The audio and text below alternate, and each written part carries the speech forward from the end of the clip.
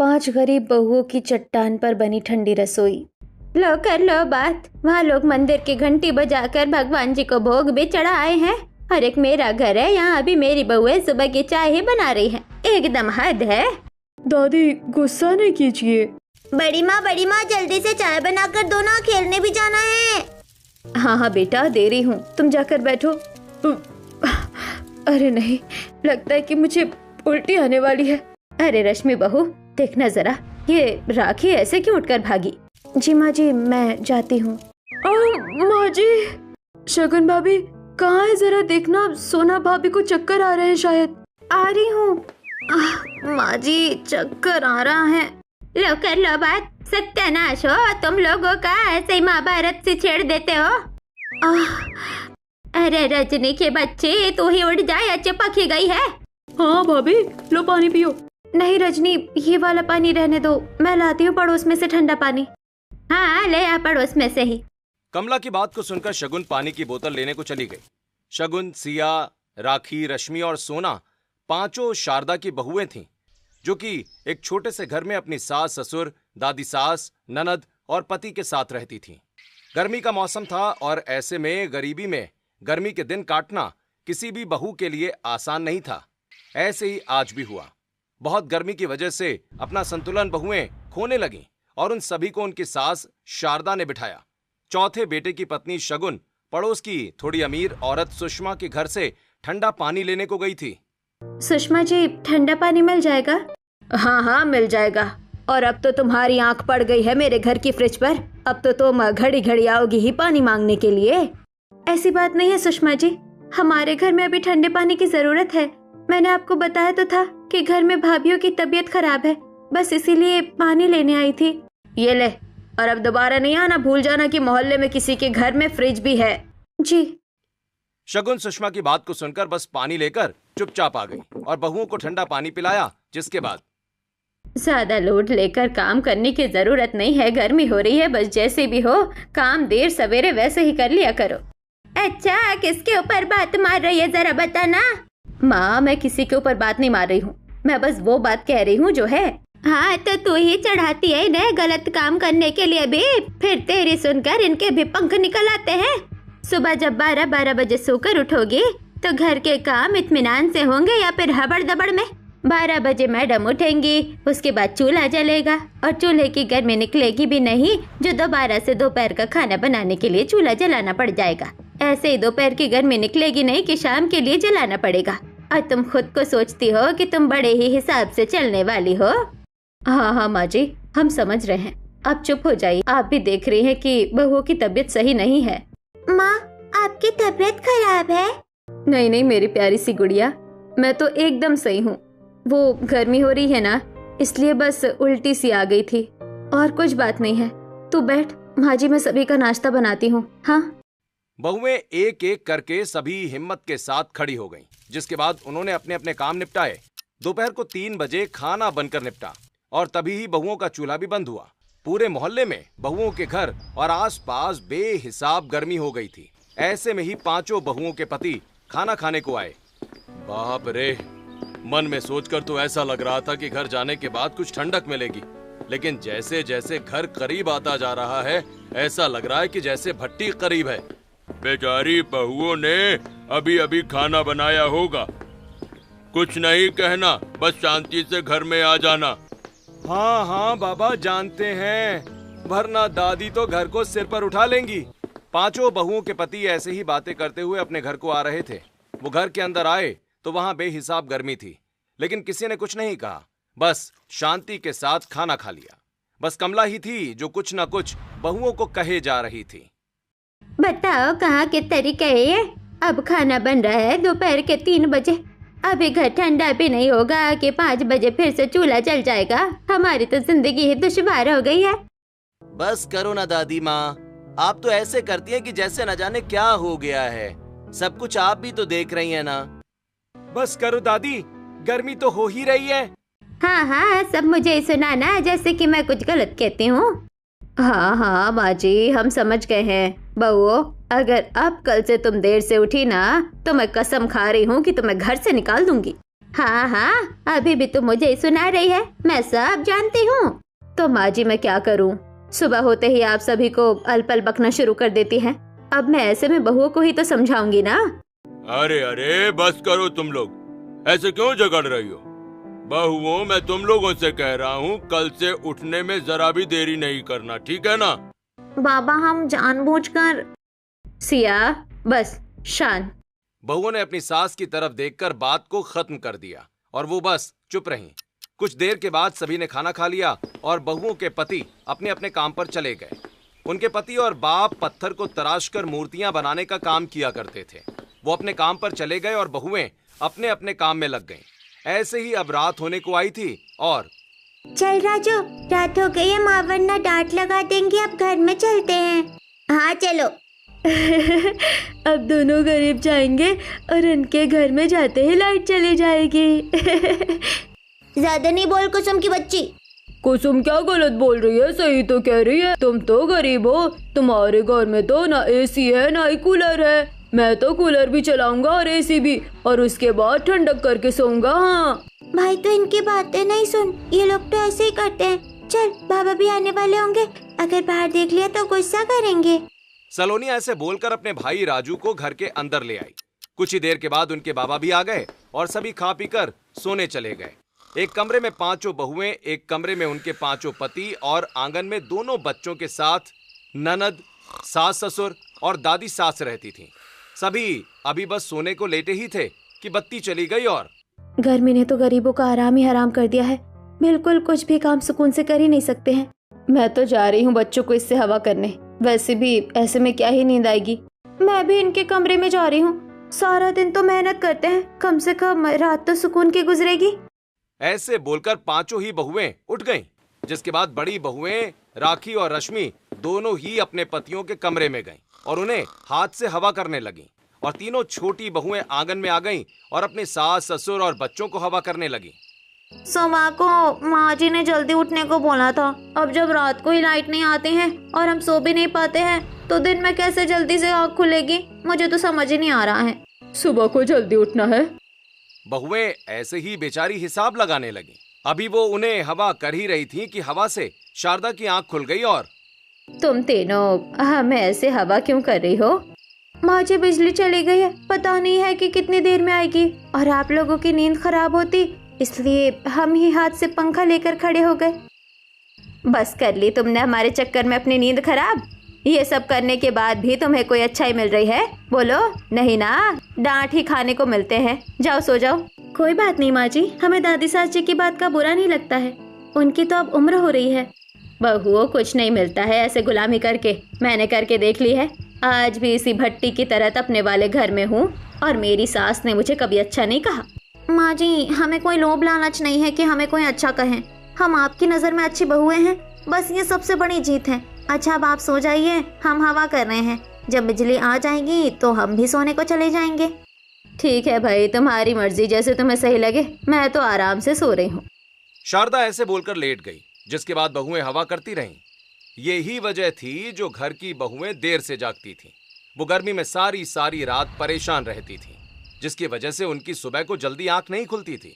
ऐसे ही चलते चलते अब बहुओं को हवा करते करते सुबह होने को आई थी। सवेरे का वक्त था और सूरज की पहली किरण फूटते ही बिजली आ गई। मर गए रे, इस गर्मी ने तो मार कर रख दिया है। भाभी अब मेरे अंदर जान नहीं है कि मैं एक भी मिनट को आंखें खोलूं। समझ रही है ना? मैं तो दादी सास जी की डांट खा लूंगी, लेकिन मैं जा रही हूँ सोने। मेरे भी अब कुछ करना बस की नहीं है। मैं भी चली अपने कमरे की गली। सुना भाभी और सिया, तुम दोनों भी आ जाओ। बहुओं के अंदर जरा भी जान नहीं थी कि वो उठ पाती। सुबह के 5 बजे वो सोने के लिए गई और 7 बजे कमला जाग गई। कल तूने क्या कहा था शारदा, याद तो है ना तुझे? क्या कहा था माँ जी मैंने? मुझे तो कुछ याद नहीं आ रहा है। कल तो तू बड़ी चढ़कर बोल रही थी कि बहुएं जल्दी ही उठेंगी और ये वो। देख, दुनिया जाग गई है लेकिन तेरी बहू को होश नहीं उठने का। माँ जी, आपको भी बस बोलना ही आता है। आपको पता भी है कि कल रात में पूरी रात बिजली नहीं आई और वो आपकी बहुएं ही थी जो सारी रात आपको बैठकर हवा कर रही थी। लेकिन आपको तो बस शिकायत ही करनी होती है। अरे तो कौन सा एहसान कर दिया? बहुओं का धर्म होता है अपने परिवार को खुश रखना। और उनका ख्याल रखना। अभी तक चाय भी नहीं मिली है। मैं बना कर दे दूं क्या चाय? तू बनाएगी? घर में बहुओं के होते सासें भी अगर ऐसे घर वालों को ही काम करना पड़े तो बस बेकार है फिर तो सब। कमला की बात को सुनकर बस शारदा चुप ही रह गई। ऐसे ही घंटों बीत गए और 11 बजे बड़ी ही मुश्किल से बहुएं आंख खोलकर अपने परिवार के पास उठकर आईं। एक एक हड्डी दर्द कर रही है। मेरी भी। आ गई आप महारानियों। दादी सास जी माफ कर दीजिए, हमारा इरादा ऐसे देर लगाकर उठकर आने का तो जरा भी नहीं था। वो शर्म नहीं आती है तुम लोगों को? किस तरह की बहुएं हो तुम जो ऐसे देर से उठकर भी हमसे नजर मिला लेती हो? हमारे जमाने में तो अगर बहू जल्दी ना उठे तो उनको बेल्ट से मारा जाता था, लेकिन यहाँ तो तुम्हारे पति भूखे ही काम पर निकल जाते हैं और तुम महारानियां सोई रहती हो। वो सासू माँ, भाभी दादी समझा रही है लेकिन फिर भी आपको बात ही समझ नहीं आ रही है। कुछ ना कुछ कहे चले जा रही हैं आप तो। चलिए अब बातें नहीं बनाइए और दादी माँ को चाय बनाकर दीजिए, अभी उन्होंने कुछ खाया पिया भी नहीं है। अब करेंगे फिर से गर्मी पूरे घर में। ठीक है दादी माँ, हम घर में गर्मी नहीं करेंगे, हम बाहर बैठकर खाना और नाश्ता बना देंगे, ठीक है ना? हाँ ये सही है। तुम दो जाकर नाश्ता और खाना बनाओ और तुम तीनों भी ऐसे मुंह नहीं ताको। जाओ जाकर कुएं से पानी लाओ, एक एक काम बताना पड़ता है। कमला की बात को सुनकर बहुएं काम में लग गईं। जो भी काम उनसे बोले गए थे वो उस सब को करने लगी। राखी और रश्मि ने चूल्हे को बाहर उठाकर रख लिया। हाय राम, कितनी ज्यादा गर्मी है। हाँ भाभी, अब सुबह के 6 थोड़ी ना बज रहे हैं, 11 बज रहे हैं। अभी सूरज सर चढ़ा हुआ है, ऐसे में तो गर्मी बेहिसाब लगेगी ही। जल्दी से खाना और नाश्ता बना लेते हैं, कम से कम घर तो ठंडा ही रहेगा। दोनों बहुएं अपने घर वालों के आराम के लिए घर के बाहर चूल्हा ले आई थीं। वहीं दूसरी तरफ तीनों छोटी बहुएं बाल्टियां लेकर निकली हुई थीं। उन तीनों के ही हाथों में 2-2 बाल्टियां थीं। थक गए। वैसे भाभी ने आज अच्छा दिमाग लगाया जो चूल्हों को बाहर रख लिया, नहीं तो जितना चूल्हा जलता है उतना ही दादी सास जी का दिमाग भी जलने लग जाता है। सही कहा। चलो वैसे कुएं पर देर से आने से एक तो फायदा होता है, सभी पानी लेकर चले जाते हैं तो इसमें देर नहीं लगती है। चाची, अरे सलोनी, राजू, तुम दोनों यहाँ क्या कर रहे हो?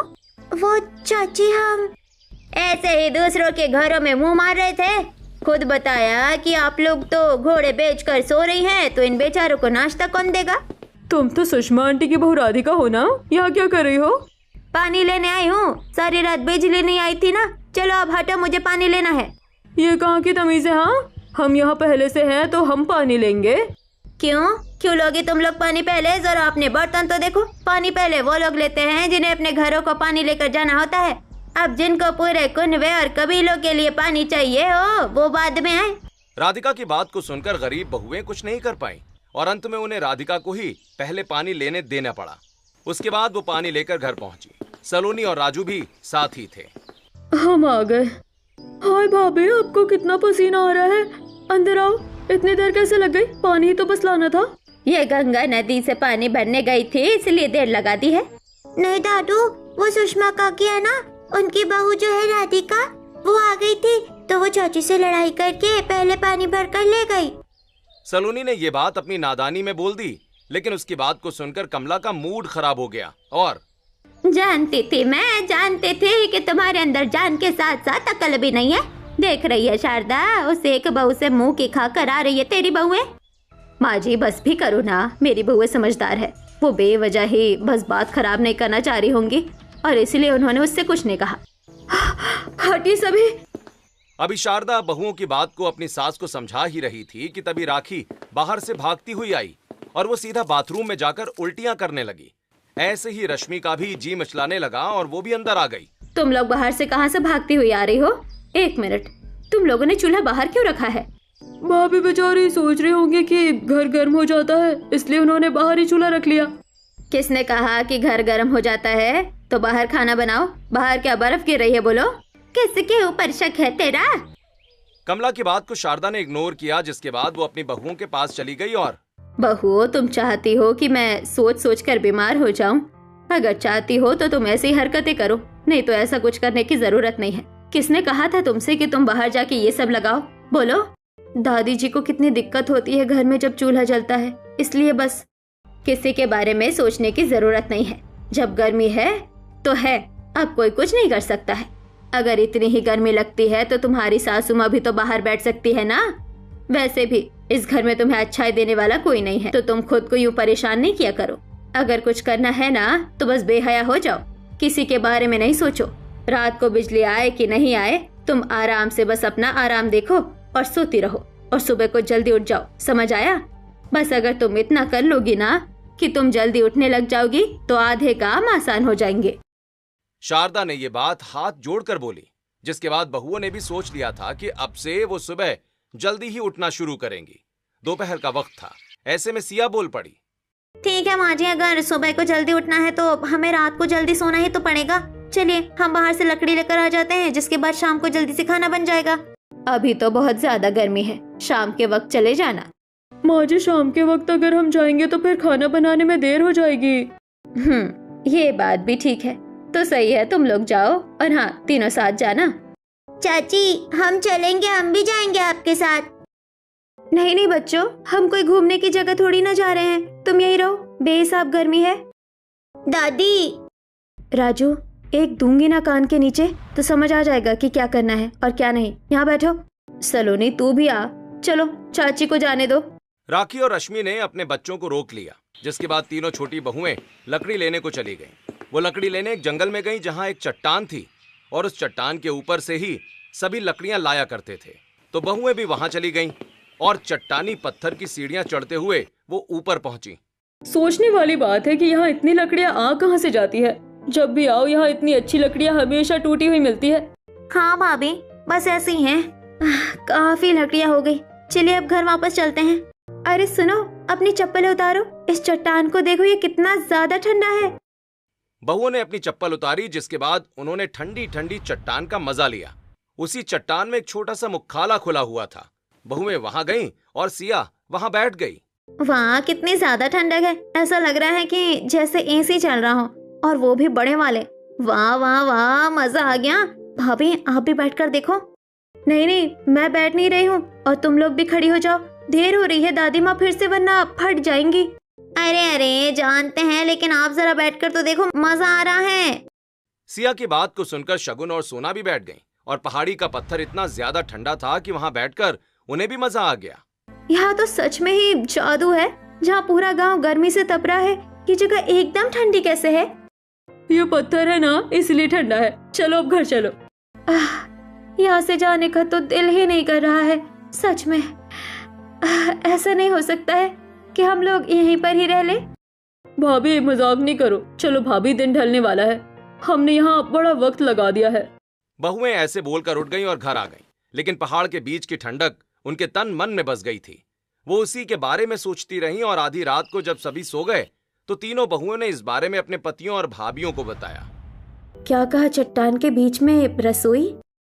अरे तुम लोग क्यों हमें मरवाने वाले काम कर रही हो? चट्टान को खोदकर उसमें रसोई बनानी है? हाँ, तुम लोगों को पता भी है ऐसा करने में पूरा दिन लग जाएगा, और दादी माँ और माँ को कैसे मनाओगी? नहीं नहीं, ये नहीं हो सकता है। सुबह होते ही हम लोगों को काम पर जाना होता है, और ये काम हम नहीं कर पाएंगे। सही कहा। ऐसा भी नहीं है कि ऐसा बिल्कुल हो ही नहीं सकता है। अगर आप लोग चाहें तो ऐसा भी हो सकता है। देखिए, थोड़ा सा हमारे आराम की तरफ को सोच लीजिए। हम लोग कुछ भी बहाना करके चलेंगे, लेकिन अगर वो चट्टान ठंडी है तो हमारी रसोई का जुगाड़ वहाँ करवा दीजिए ना। अपनी पत्नियों की जिद के आगे पांचों ही पति हार गए, जिसके बाद उन्होंने चट्टानों में उनकी रसोई बनाने के लिए हामी भर दी। ऐसे ही सुबह हुई और आज बहुएं जल्दी उठ गई थीं। आज कहाँ से सवेरा हुआ था, जो ये चेहरे सुबह उठे हुए दिखाई दे गए? अरे माँ, कभी तो खुश हो जाया करो। हाँ, आज तो आपकी बहुओं ने आपके मन का काम किया है। हाँ, मैं सभी के लिए नाश्ता बना देती हूँ, उसके बाद हम लोगों को दोपहर के खाने के लिए लकड़ियाँ लानी है। वैसे भी सवेरे से ही अगर खाना बन जाएगा तो घर ठंडा रहेगा। शगुन ने ऐसे बोलकर सभी को नाश्ता बनाकर दे दिया। उनके बच्चे अभी सो ही रहे थे कि पांचों बहुएं और उनके पति एक साथ घर से निकल गए। वैसे तो उनके पति घर से काम को बोलकर आए थे, लेकिन वो भी उनके साथ पहाड़ी पर आ ही गए। और कौन सी जगह थी तो जो काफी ठंडी थी? बताओ, मैं भी तो देखूं। ये वाली। अरे वाह, सच में ये तो सच है, ये जगह तो काफी ज्यादा ठंडी है। तो बताइए कि आप लोगों को इस जगह को अंदर की तरफ से खोदने में कितना वक्त लगेगा? अरे भाभी, इसको तो बस सीधा सीधा खोदना है, कुछ खास तराशना नहीं है। तो इसमें ज्यादा से ज्यादा 1 दिन, बस, उससे ज्यादा नहीं। इतना आसान नहीं समझो, ये चट्टान का पत्थर है, अंदर तक ठोस है, इतनी आसानी से नहीं खोदा जाएगा। लेकिन हाँ, हम पूरी कोशिश करेंगे। हाँ, पूरी कोशिश कीजिए, उसके बाद हम इसको सजाएंगे और ये हमारी ठंडी चट्टान वाली रसोई बनेगी। बहुओं ने खुशी खुशी अपने पतियों को सब बता दिया, जिसके बाद राम, यमन, तरुण, ऋषि और रितेश 5 ही पहाड़ खोदने में लग गए। बहुओं ने भी काफी देर उनका काम में हाथ बटाया और उसके बाद वो लकड़ियां लेकर घर को आ गई। रजनी, तेरी भाभी नहीं आई है अभी? नहीं, अभी तो नहीं आई है, हो सकता है कि बस आने ही वाली हो। आ गई है दादी। जरा इनसे पूछना कि पेड़ को उगाकर उसकी लकड़ी को काट कर लाई है क्या ये? भाभी कुछ ज्यादा ही देर नहीं लग गए आपको ये लकड़ियाँ लाने में? हाँ, पहाड़ पर से लकड़ियाँ ढूंढना आसान तो नहीं है ना, तो देर सवेरे हो ही जाती है। चलो हम खाना बनाते हैं। मैं जानता हूँ कि आप बहुत ही अच्छी जगह पर लकड़ियाँ लेने को जाती हैं। मैं अगली बार से नहीं रुकूंगा, मैं भी आपके साथ ही जाऊंगा, चाहे से आप कितना ही मना कर ले। राजू की बात का किसी ने कोई जवाब नहीं दिया। ऐसे ही शाम हो गई और बहुओं के पति पूरी जगह को खोदकर घर आ गए, लेकिन किसी को पता नहीं था कि उनके दिमाग में क्या चल रहा है।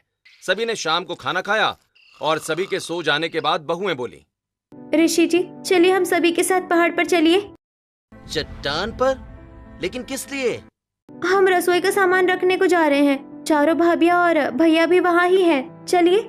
शगुन ऋषि को लेकर निकल आई, जिसके बाद ऋषि और शगुन को साथ लेकर चारों बहुएं और उनके पति चट्टान पर चले गए और वहां जाकर उन लोगों ने अपनी रसोई के सामान को टॉर्च की मदद से सेट करना शुरू कर दिया।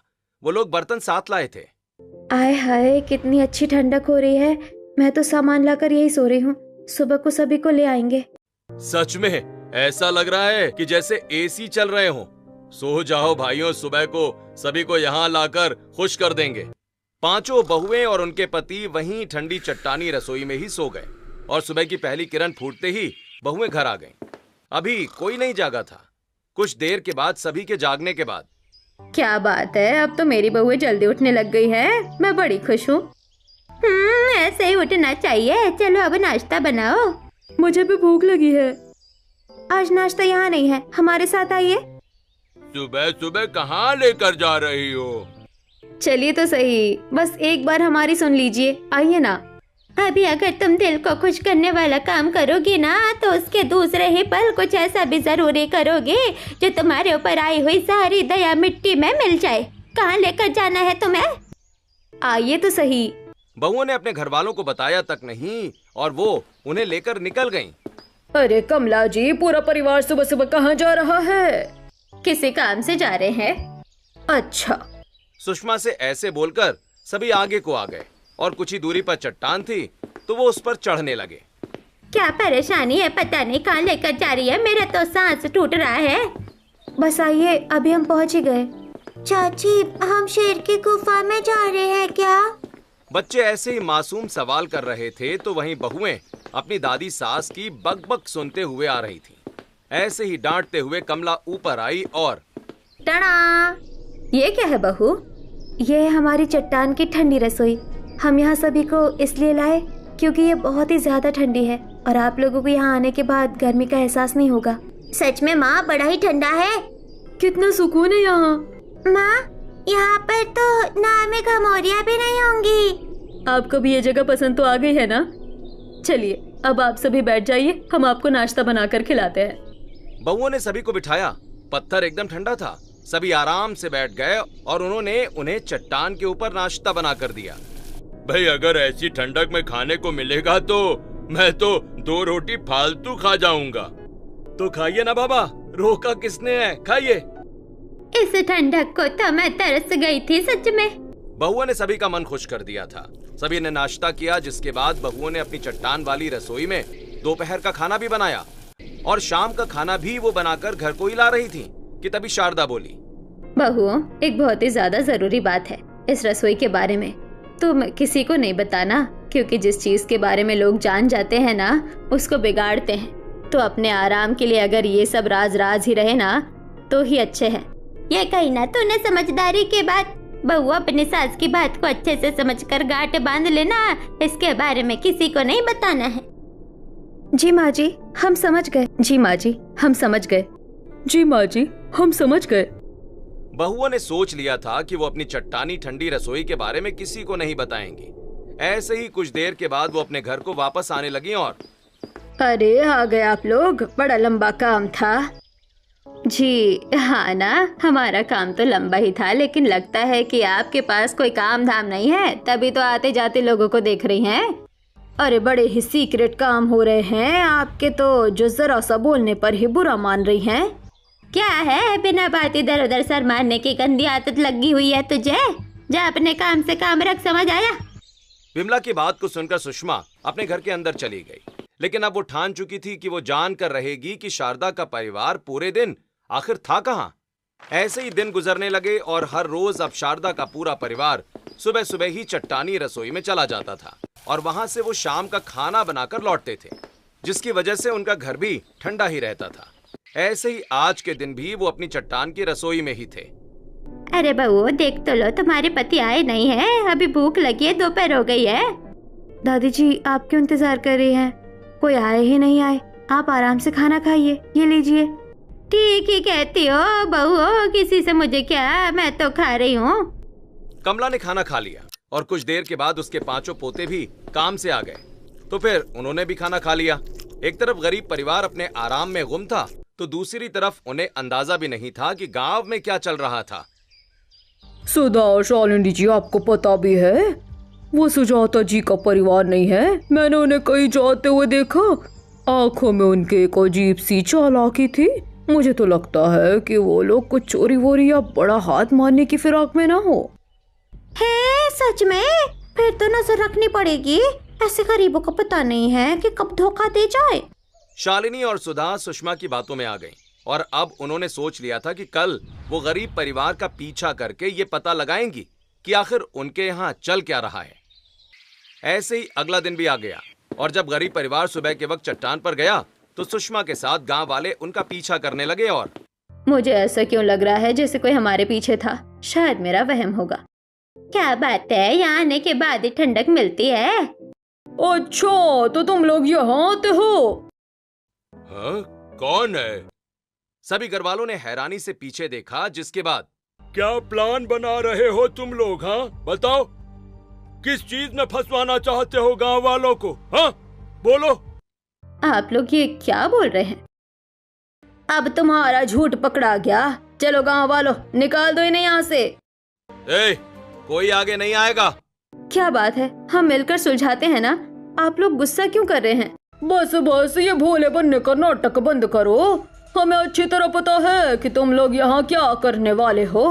पूरे गांव में चोरी करके सामान यही छिपाते हो। सुषमा जी ने तुम्हारी एक एक करतूत हमारे सामने खोल कर रख दी है। अब बचने की कोई कोशिश मत करना। आप बोलो, कहाँ है गांव वालों के गहने? सामान चुराना, गहने? क्या आप लोग क्या बोल रहे हैं? ये तो हमारी रसोई है, क्योंकि यहाँ ठंडक है। रश्मि की बात को सुनकर सभी चौंक गए और जब सभी ने वहां तलाशी ली तो वहां रसोई के सामान के सिवा कुछ नहीं मिला, जिससे कि गांव वाले समझ गए कि सुषमा ने उन सभी का पागल बनाया है। भाइयों और बहनों, ये सुषमा अच्छी औरत नहीं है। इसने आपसे झूठ बोला क्योंकि ये चाहती होगी कि ये इसके ऊपर अकेले कब्जा कर ले। इसीलिए इसे यहाँ से भगाइए। और ये जगह इतनी ठंडी है, यहाँ तो आप लोग भी रसोई बना सकते हैं। इससे हमारे घर गर्म नहीं होंगे। क्यों सच? गांव वालों को शारदा की बात समझ आ गई, जिसके बाद उन्होंने सुषमा को भगा दिया। अब सुषमा समझ गई थी कि वो कुछ नहीं कर सकती है, जिससे कि उसने हार भी मान ली। उसके बाद चट्टान पर कुछ और रसोइयां बनी और गांव के गरीब लोग वहां आकर ही खाना बनाते थे। सभी ने अपनी रसोइयों को पौधों से सजाया और अब सब ठीक हो गया था। दोस्तों, आपकी रसोई ठंडी रहती है या गर्म? और गर्मी में आप अपनी रसोई को ठंडा रखने के लिए क्या जुगाड़ लगाते हैं? हमें कमेंट करके जरूर बताइए।